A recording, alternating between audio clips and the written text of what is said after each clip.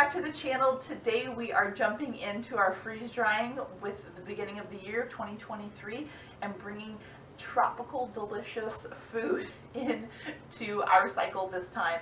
Now I'm not sure if this will be all what our trays are as we're kind of going off the cuff here, but we have 3 delicious pineapples that Brad found for the most amazing deal of 97 cents a piece. So we're going to be chopping into those. We've done pineapple in the past and it's turned out great. This will be the first time that I believe we're using fresh and not like pre-prepped that, you know, is already cut up for you at the store. So we're pretty pumped for that.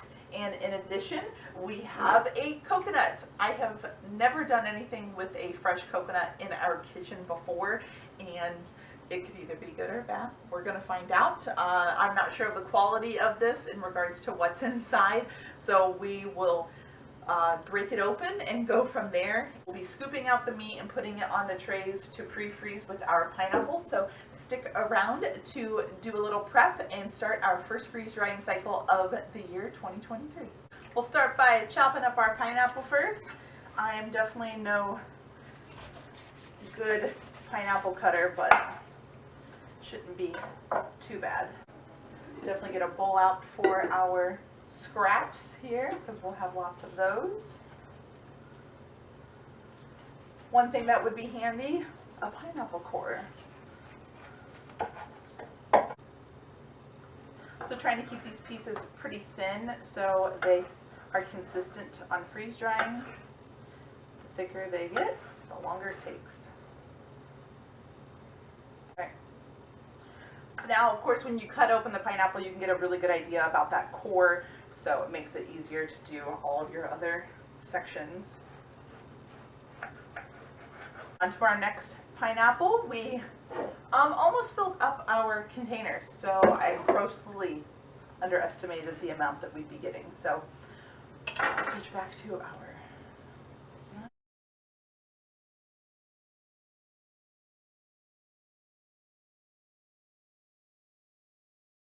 Alright, our very full bowl of pineapple is complete. We are done with cutting of that. I'm going to clean this up a little bit and we'll move on to the coconut. Now we're moving on to our coconut. I, once again, have never done anything with a fresh coconut before, but I'll show you a little closer look of some of the things that I have looked up on what to look for when breaking this open. There are 3 dots on the end of this coconut. I'm not sure exactly what those mean, but from everything I've looked at, it's all about the lines on the coconut, and you can kind of see some strong prominent lines that run, I guess in this fashion, vertically, but since this was from a store, it looks like they kind of have that pre-done line if you look on there. So we're going to get this slightly damp and then try some chopping. Another close-up look of the coconut here. After I got it wet, those lines became way more prominent. You can kind of see that one going around, and like the vertical lines are a bit darker. So hopefully this goes well. I don't have a cleaver that is something that is recommended in regards to doing this, so we're just going off the cuff as usual. I have a towel to hopefully help protect myself, and we have our tray with our edges to catch if there is any water released from there. I'm just going to use the back of the knife and see what we get here.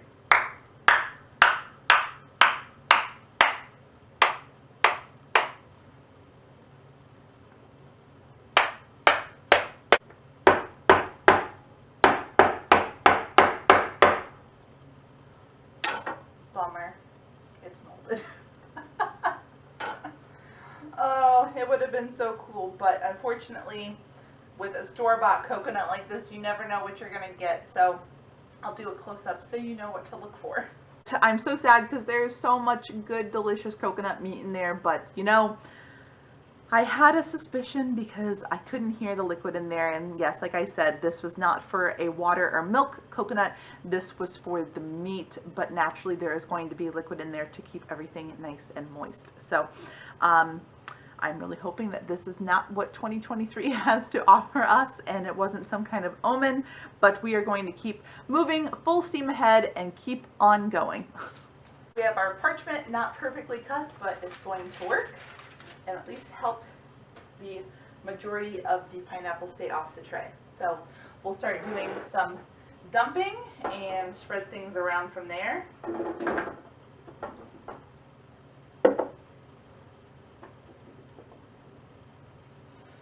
As we learned last year of 2022, we don't want to overfill these trays, so I might be backing off some of the pineapple that I do have on here, but we'll just get it spread out and see what it looks like.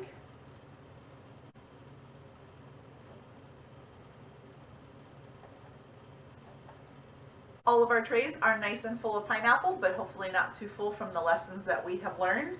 We have approximately a whole pineapple, I'd say, left in here, but I'm going to go ahead and put the lid on this and get it in the fridge, and we can have it with our breakfast for the next few days. But like I mentioned, these trays will all go into our upstairs freezer here and get that nice pre-freeze, and once they are nice and frozen, we can pull them out to run our cycle. So unfortunately, we won't be able to do the coconut. I'm very disappointed, and it's kind of the risk I went with trying that on film, but it's okay.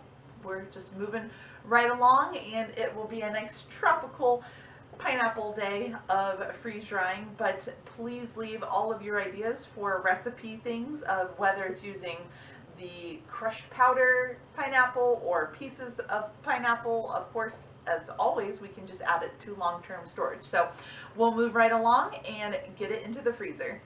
You'll never guess, but I called Brad, and him and Filson were at the store, and they found another coconut. I cannot believe it, actually. So we get to go ahead and move forward with the coconut and try this all again. How did I get so lucky? And here is our beautiful coconut that the boys brought back, and if you can hear that water, this is going to go a lot better. So I'm going to help put the groceries away, and we'll get back to coconut. Okay, we're back with our beautiful new coconut, and I cannot stress enough how perfect the timing was and how lucky we are that there were other ones where he was. So I am very excited about this, and we will start back to where we were, and I'm going to go ahead and get the coconut wet, and we will start our process over to break it open. The only little key point now is, now that there's that much liquid, we're probably going to have a little bit more of a mess on our hands, but we're going to deal with it because I'm just happy to have it. I do want to show again that this coconut has some pretty strong lines on it that I talked about before. Here's one right there. There's another one, and our third one, and then there's that strong line around the midline around the entire coconut. So I'm not sure if those lines that are vertical stem from these three holes, if that's something, but definitely information I can look into. But we will chop into it and see what happens. For preventative measures, I did go ahead and get a beach towel. There is going to be quite a bit of liquid in here that comes out, and I don't really know where it's going to go, so it's going to go into the towel as long as I can direct it that way, but we'll see. So you're supposed to go along, okay, your focus where these cross ones are, along the line. So there's 1, 2, and 3, and this is going to be for all the liquid's going to come out of it.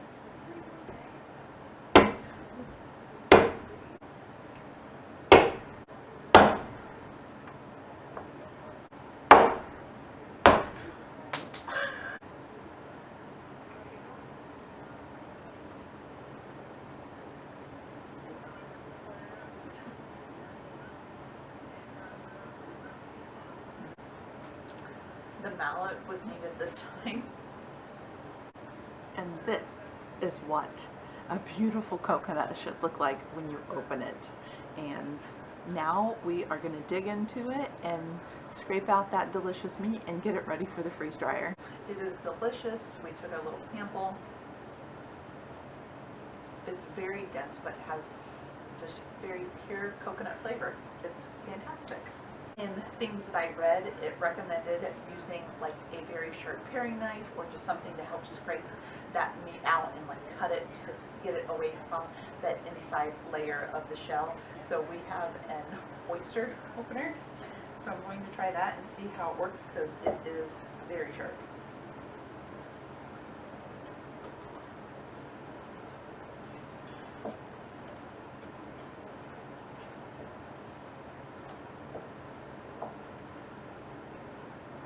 Now the one thing I'm not sure about is if anything should be left on the back of it. As you can see, that's not like shell, that's just like the inside layer. So I might be doing some cleaning up on these pieces, but we're going to chunk them off and kind of set them down there.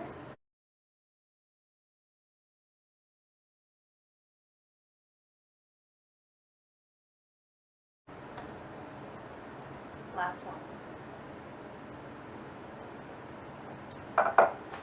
So the second part I'm doing is just kind of trimming off the back pieces so they're not so brown, and from what I saw, it's not bad for you, just more about like a look. So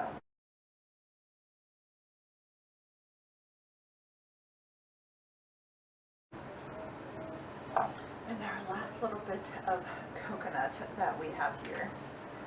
So my hands feel incredible with all of that coconut oil on there, and it smells so good, almost that light sweet cinnamon scent or something. So I think I'm going to run it through the food processor to get it small, maybe grated, and see how that goes.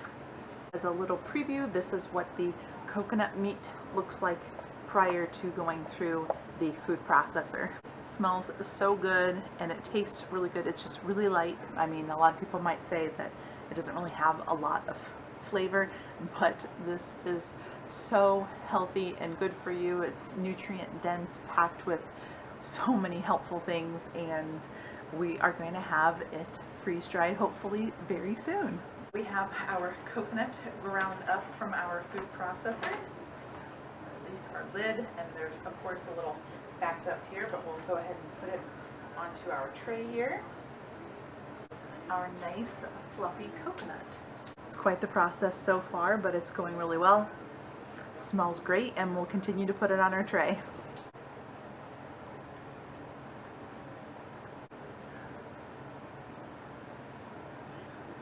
And to say that I'm so happy that everything kind of worked out at a last minute, that this is super satisfying to, you know, have the freshest coconut you can probably get aside from going and plucking it from a tree. So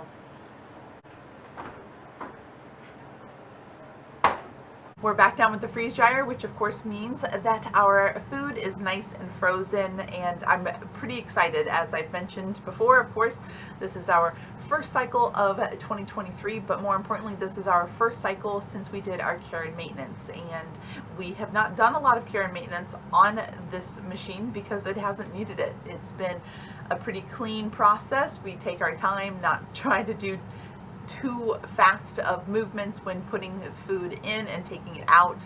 Obviously with pre-chilling everything before it goes in, or freezing everything before it goes in, there is a lot less mess that you're going to have, especially if you're working with liquids, and that's pretty important. Obviously the maintenance part of it was definitely our first time. We had tried and attempted to do an oil change before, but it did not need it. The oil was perfect and looked great, and the level was still fine. So we just kind of waited until the booklet told us was the perfect amount of time. So that is what we did, and if you're interested to see truly how it went, you can go back a video and check it out after this one's over. But we are going to move on to our next steps of bringing our food down and doing our pre-chill on our freezer. As I mentioned in our previous clips when we were prepping our food, since we had our last minute addition from Brad with our fresh coconut.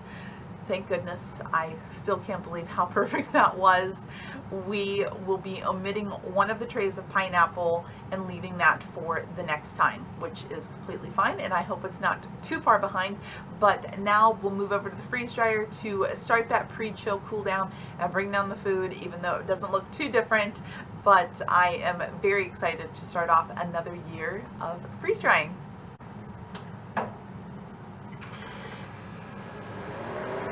Our freeze dryer is cooling nicely at 64 degrees now, and I have all the food down, and of course, like I said, It doesn't look much different than it did before, but it's just nice and frozen. Our pineapple, what can you say? It looks like pineapple. As I was prepping in the previous clips, I went with more of a thinner slice, like a tidbit, maybe a little longer than that, but not too crowded. There's some overlapping, but I don't think it's going to be too bad for the freeze dryer, but we'll see how it goes. And pineapple is really juicy, so this cycle could go for quite a long time, since 75% of our freeze drying today is pineapple. But like that, the coconut, since it is not dried, it's fresh coconut, that's something really to think about. I have no idea how many people have done fresh coconut like this in a freeze dryer. I know somebody has, but I did not do any research, so I'm not sure how it's going to turn out. Coconut is naturally an oily fruit. When I was cutting it up, my hands felt incredible. I mean, we use coconut on a daily basis here, and I think that if it does work out, it will have an incredible taste, because of course when it comes to it, since you're taking all the moisture out, you're left with, you know, a little bit of that texture and the sweetness that's left over, just like the pineapple.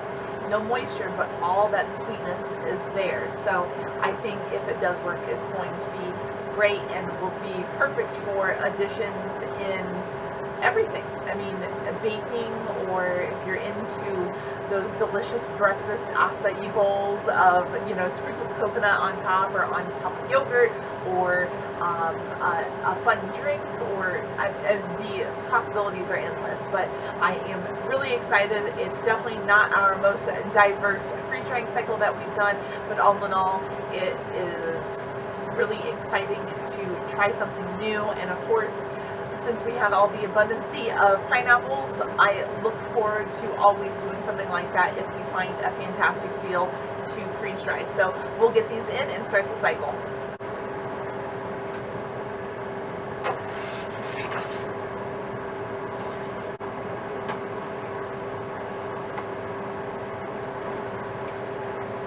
All of our food is loaded in our nice and clean freeze dryer. Our drain valve is closed. All of these things, it tells you and reminds you on the screen. Now we can press continue. I'm going to go ahead and watch our pump for a few minutes before I move on and make sure that everything is functioning and working well. I sat with the freeze dryer for just a little bit and watched the oil pump work and do stuff, and everything looks pretty much normal, and I will continue to keep an eye on it as the process goes for the remainder of the evening. But as I was sitting there, I was doing a lot of thinking and thought about an additional idea for coconut, and I could not believe I didn't think of it sooner, because we've already done something very similar to it, but is taking it and making it into coconut flour. I did a video like this maybe 7 to 10 videos ago, where we took an prolific amount and overabundance of squash and made it into squash flour, and then in the next video we made a recipe with it, and one that I'd never done, so it was pretty much like a blind bake of using something that we created, which was so cool. And that's what I love about this process. This freeze dryer truly has been a blessing for us, because, or I mean, especially for me, because it's gotten me out of the box that I've been in for so long for ideas with cooking and baking. Instead of seeing something and being like, okay, this is what you use that for, you see something and you're like, oh my gosh, see, I can see all the things that I can use this food for. And that's what is so amazing. Like, it's just taking yourself to the next level, taking your food to the next level. And I hope that this video and our experiences that we're doing are doing that for you, because you can truly do more than just put food in here and freeze dry it for whatever you want to freeze dry it for. You can put it in there and create things that you didn't know that you could create. There are things that you only thought that you could buy. So here's hoping it turns out just the way that I'm thinking. And if you're interested and would like to see one of those freeze dry something and then bake videos. Let me know in the comments if that's something that interests you. If you have recipes, something that you've done or used coconut flour for baking, I know it would be delicious. I know it would be great, and I would love to try it and share the results so you can see the process of what we did to get to this and how it actually can work. But on that note, here's hoping it does work, and when we check back, it's the end of the cycle and everything is done, but we will find out then and check back soon. We are 22 hours later back down with the freeze dryer, and between Brad and I doing some checks throughout yesterday afternoon and into the evening, everything looked good and still does. No leaks. Everything's functioning as it should, so that is a nice bit of peace of mind for us that everything is put back together the way it should be. But taking a peek in there, everything looks smaller and nice and dry, so we'll get in there and check and see. Of course, as I had said, I'm pretty interested to see and hoping that the coconut has turned out with all of that oil in there and so much fat that's within every little morsel.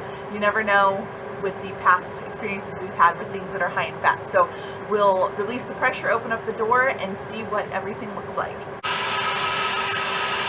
Releasing the pressure.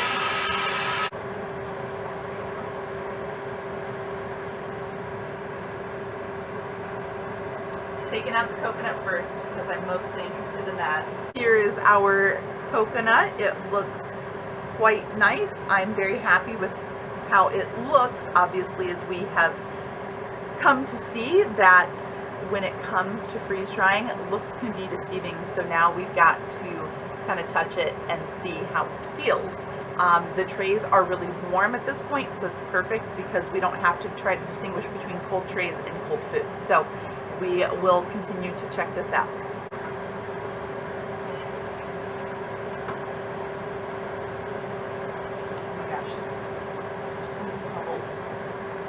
Here's one of those cute little bubbles, and as we've learned, that's from all that delicious sugar.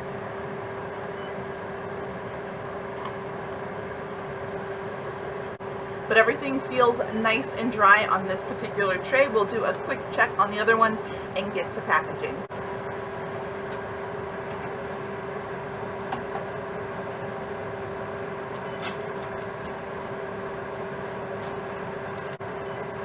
Well, our pineapple has turned out great. I'm happy to report, and it's nice and dry.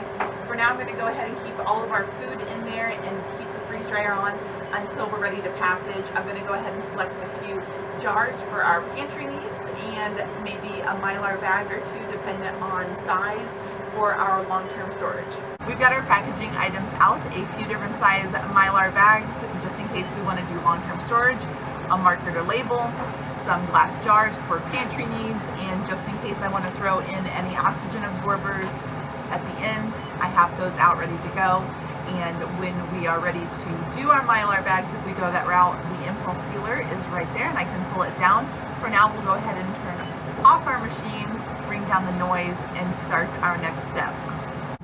So the first tray we are going to do of our two different items is the coconut, because I just can't wait. I'm super excited, and after my thoughts and ideas were kind of booming yesterday, as I said, using coconut flour, I would love to do that again, and hopefully anybody watching these has an interest to see that. And if you have experience with coconut flour, please leave some recommendations or things that are just really good with coconut flour for baking. Since I have no experience with it, I could use a little help of direction of what to try first. But speaking of trying, I am really psyched to try this, as it just smells super delicious. And here we go.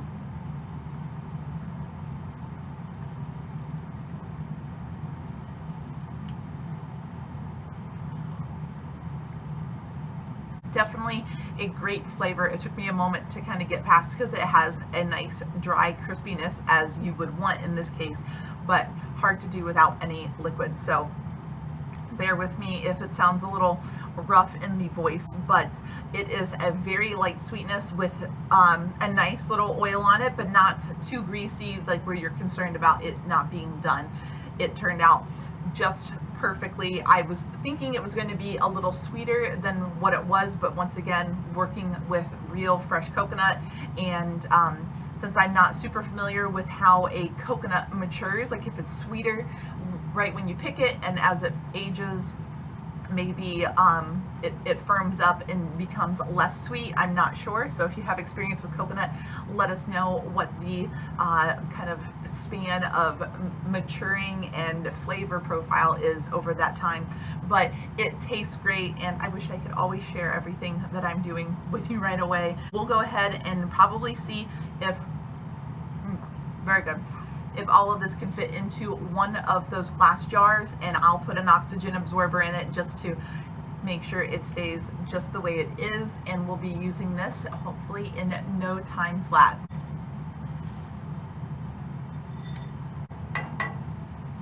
Well, I'm happy with the fit of the coconut in there. It's not all the way full, but a good use of the space. And now we'll go ahead and get our oxygen absorber in there to keep on top and seal it up to bring upstairs. Our last item, but only the first tray of, is our pineapple. And what I'll be doing is using our other jar that we have, filling that up, and the remainder that we have will be going into whatever Mylar bag we think fits the best. So we'll start packaging this up, and I don't think I'll be putting an oxygen absorber in there because we usually go through this pretty quickly. So it looks like one tray will fit perfectly into this jar, so that could not have been more perfect. I'm happy to see that. So our other two trays will go into the Mylar bag, and as I continue to say, if you have ideas for different recipes on using pineapple, a lot of times we just snack on it and have it as, you know, a little additional thing to a meal. If you ground this into a powder, you could blend it into other things, of course, drinks, smoothies. But if you have any recipe ideas to enhance an item with some pineapple, let us know, because once again, I would like to think outside of that box to try different things. All right, doing a quick assess here, I'm going to be using the larger bag. There is, of course, always the chance that all of this would fit in the small, but it might be really tight. I hate wasting space in a bag, but I really don't want to put it all in one and then have to transfer it. So we will go ahead and label our large bag and get these packaged up. I have the parchment pieces sized out a bit better on this tray compared to the last one. So I'm just taking the pieces that happen to be right on the edge and putting them on there so I can dump this in and make it as easy as possible. We're gonna find out if this is a good idea or not.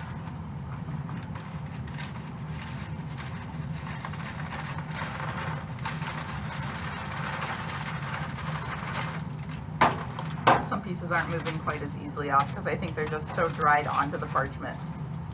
We're looking pretty good, and based on that, I'm glad I went with the large bag.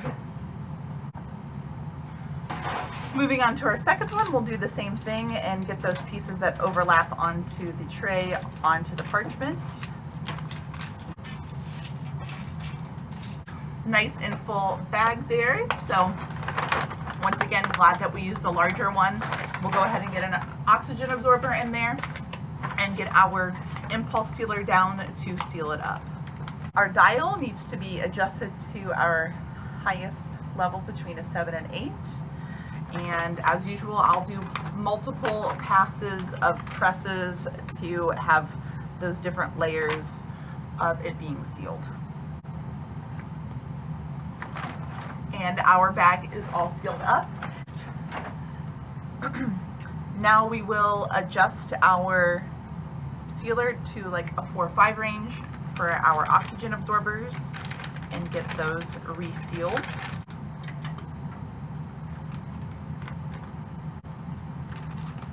I like to put those back into another bag just to keep things as double protected as possible. You can never be too careful, and you don't want to have all of that product go to waste because of just a failed moment. So we're double sealed in another bag, and all done with packaging. So we'll clean up and do some final thoughts on everything. Well, we've completed our packaging. There's not a lot here because a lot of times we do many different things, but there is quite a bit of things. I'm happy to add our long-term storage pineapple over with our other items. I don't think that we've gotten to do that before, so it's always exciting to put something new over there with everything else. We have our snacking jar, or new idea jar for different recipes that we can use, and it's ready to go right there. And of course, our coconut. I can't say enough about it. I'm super excited that we have this. And in this jar, I don't think I mentioned, there is roughly about 3 cups of shredded coconut in here, and I realize that if and when we get to make it into flour, that amount is going to decrease substantially. So I'm hoping that there's a recipe out there that doesn't use too much, or of course we could always half the recipe to kind of give it a trial run. But this experience made me super appreciative of the process it takes to get to this. And of course, we haven't even completed it yet. To me, the biggest part was the fact that we almost didn't get to the first coconut we had being a bad coconut, and then at the last second being rescued with our heroes of being at the store and finding another one was pretty amazing. Then breaking it open was a whole experience.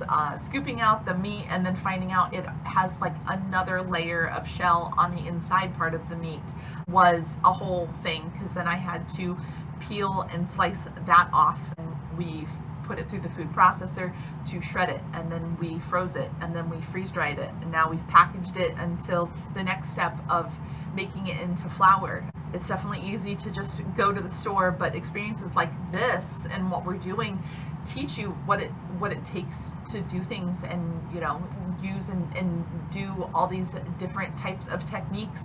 And obviously I know you can just go to the store, and the people that know, I would love to see the equipment that is used and the process to get to this stage, because it was not easy, but super cool, and I'm glad that we got to do it, and I can't wait to move along further with it. And I hope that you liked it, and it's as eye-opening for you as it has been for me kind of in our food journey. If you like this type of content and you would like to see future videos, please consider subscribing to our channel, and you'll be notified when future videos are set to premiere or post. But in the meantime, we hope that you're having a great new year, you're doing well, and we look forward to seeing you in the next video. Bye!